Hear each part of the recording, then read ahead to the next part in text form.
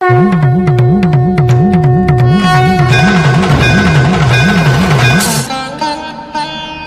दुख का मूल कारण भी तो यही है ऋषि भृगु। आसक्ति हमारे मन की शांति को छीन लेती, उसे भंग कर देती।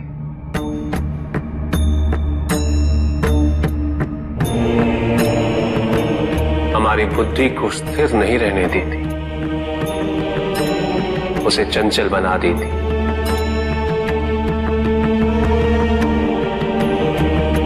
आसक्ति से प्रमाद की उत्पत्ति होती, प्रमाद मद होता है और मद अहंकार का स्रोत है, और अहंकार पूर्णतः अशुभता में परिवर्तित हो जाता है, अर्थात आसक्ति अशुभता की जननी। इसलिए अनावश्यक है। तो प्रभु, आसक्ति को अनासक्ति में कैसे परिवर्तित किया जा सकता है? और हम आसक्ति से कैसे उबर सकते हैं प्रभु? आसक्ति से मुक्त होना ही अनासक्ति है। आसक्तिहीन होने के लिए अपने और पराये का भेद मिटाना अनिवार्य है।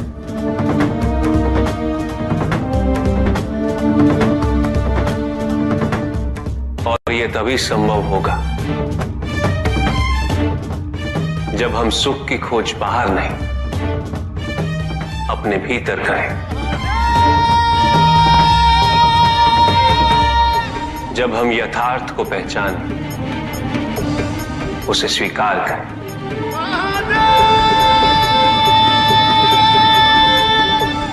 हम अपने सुख को सांसारिक तत्वों से परिभाषित नहीं करें।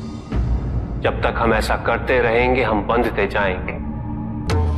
जब हम स्वयं अपने भीतर झांकना आरंभ करेंगे, हमारी मुक्ति का मार्ग स्वतः प्रशस्त होता जाएगा। महादेव, आपने हमें दुख का कारण तो बता दिया। प्रभु, ये विवाह मुझे स्वीकार्य नहीं है प्रभु। मैं मेरे जीवन का प्रत्येक क्षण आपकी सेवा में समर्पित करना चाहता हूं। मैं नहीं चाहता हूं कि मेरा कोई भी संबंध मेरे भक्ति को विभाजित या बाधित करने का कारण बने। नंदी, विवाह तुम्हें मेरी भक्ति के लिए अयोग्य कैसे बना देगा? उसमें बाधा कैसे उत्पन्न कर देगा? माता, आपके और प्रभु के बीच में इतनी चुनौतीपूर्ण स्थितियां उत्पन्न हुई, फिर भी आप दोनों स्थिर रहे। किंतु मेरे लिए यह संभव नहीं है माता,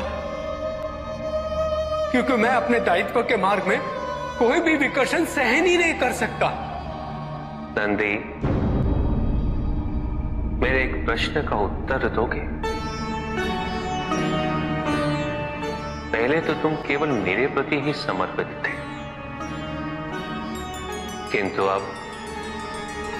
अब तुम मेरे साथ साथ पार्वती की भी आराधना करते हो।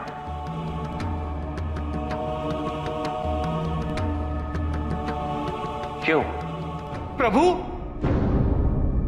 माता आपके अर्धांगिनी है, आपकी पूरक, जिस प्रकार आप उनके पूरक हैं। आप माता के कारण आनंदित रहते हैं, उनकी उपस्थिति आपको प्रसन्नता देती है। अन्यथा आपको इतना हर्षित उनसे पहले मैंने कभी नहीं देखा है। फिर कुमार कार्तिकेय का जन्म, अशोक सुंदरी का जन्म, और फिर हमारे गणेश का जन्म। प्रभु, इस प्रकार मैंने कैलाश को पूर्ण होते हुए देखा है, और यह सब माता के कारण ही हुआ है।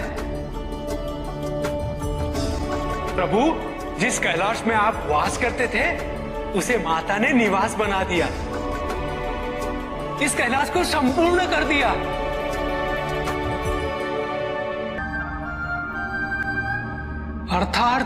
अर्थात व्यक्ति की पूर्णता हेतु विवाह आवश्यक है नंदी। जैसे स्वामी और हम एक दूसरे के पूरक हैं, उसी प्रकार तुम्हारी अर्धांगिनी और तुम एक दूसरे के पूरक बनोगे। विवाहित जीवन की अनुभूति, परिवार का सुख, उसके सुख और उसकी सुरक्षा के लिए संघर्ष, ये सभी अनुभूतियां व्यक्ति के विकास के लिए अनिवार्य है नंदी। किंतु प्रभु, मेरी स्वतंत्रता।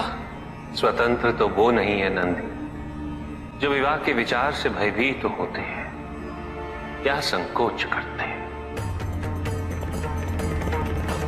क्योंकि स्वतंत्रता तो वो है जो किसी भी विचार से प्रभावित ना हो,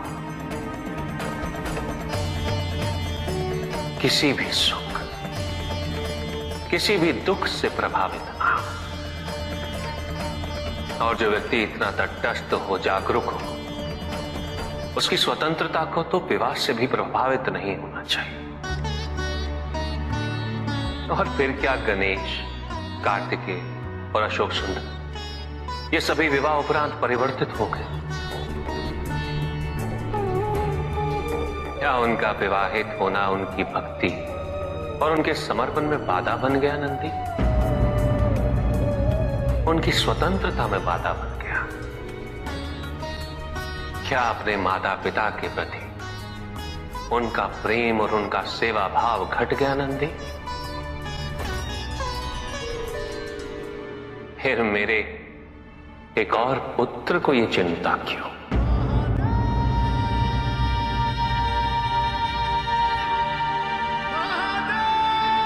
ये भय क्यों नंदी? अग्नि जलाती है, जल बुझाता है। दोनों के कार्य क्षेत्र पूर्व परिभाषित और भिन्न है। दोनों एक दूसरे को प्रतिस्थापित नहीं कर सकते। इसी प्रकार इस समस्त संसार में सभी की भूमिका पूर्व परिभाषित। संसार की यही विविधता इसकी विशेषता भी है।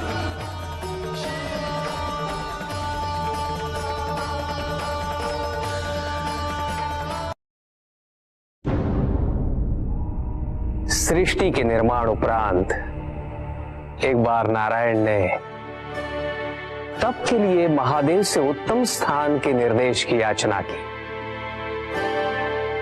महादेव ने अपनी प्रेरणा से समस्त तेज संपन्न अत्यंत शोभायमान पंचकोशी नगरी का निर्माण किया।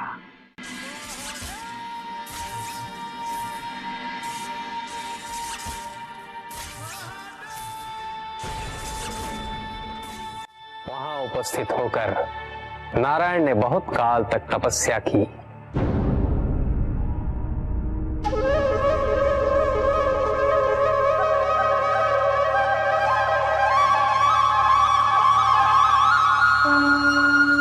नारायण की तपस्या के अनंतर ही उस क्षेत्र में महादेव की कृपा से अनेक नदी नद सरिताएं उत्पन्न हुई।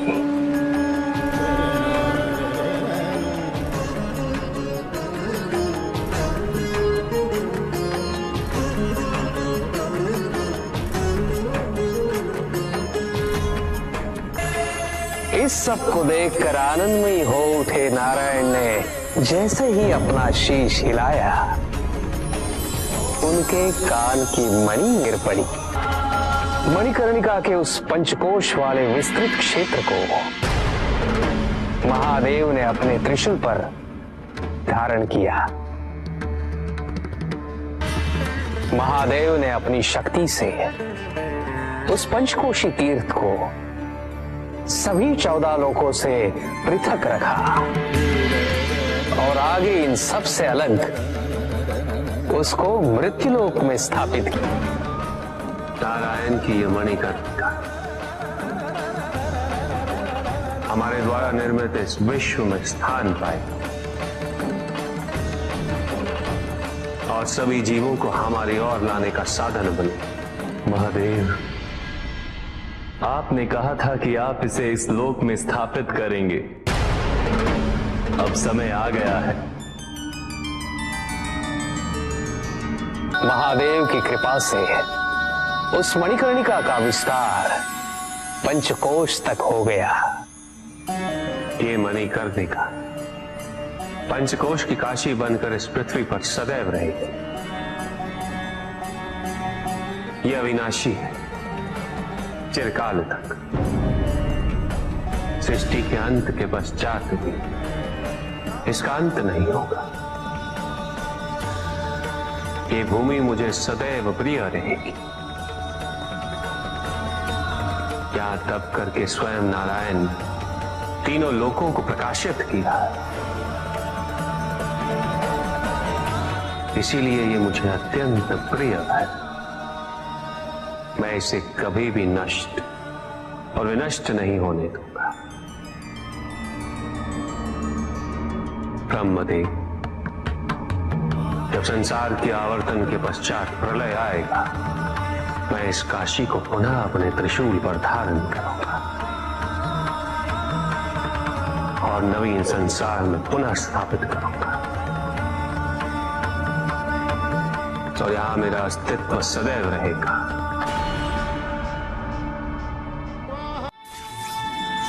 महादेव ने उस क्षेत्र से अपने आत्मिक योग को ध्यान में रखते हुए अपने ज्योतिर्लिंग को वहां स्थापित किया, जो इस क्षेत्र से कदापि पृथक नहीं हो सकता। विश्व की स्थापना तो हुई, किंतु इस ज्योतिर्लिंग को आपने उस स्थान पर स्थापित किया है जिसकी ऊर्जाएं विश्व से परे हैं। इस ज्योतिर्लिंग को विश्वेश्वर ज्योतिर्लिंग के नाम से जाना जाएगा।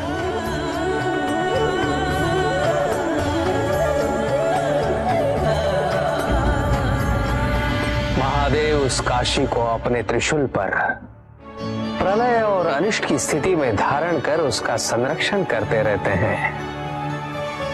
इसीलिए ये क्षेत्र सभी लोगों से न्यारा है। नारायण की मणि गिरते ही उस स्थान का नाम मणिकर्णिका तीर्थ पड़ गया। और दुख का मूल कारण भी तो यही है ऋषि भृगु। आसक्ति हमारे मन की शांति को छीन लेती, उसे भंग कर देती।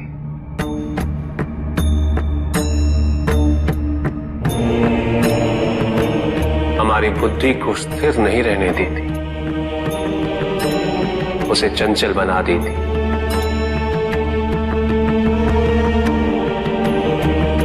आसक्ति से प्रमाद की उत्पत्ति होती, प्रमाद मद होता है और मद अहंकार का स्रोत है। और अहंकार पूर्णतः शुभता में परिवर्तित हो जाता है, अर्थात आसक्ति अशुभता की जननी। इसलिए अनावश्यक है। तो प्रभु, आसक्ति को अनासक्ति में कैसे परिवर्तित किया जा सकता है? और हम आसक्ति से कैसे उबर सकते हैं प्रभु? आसक्ति से मुक्त होना ही अनासक्ति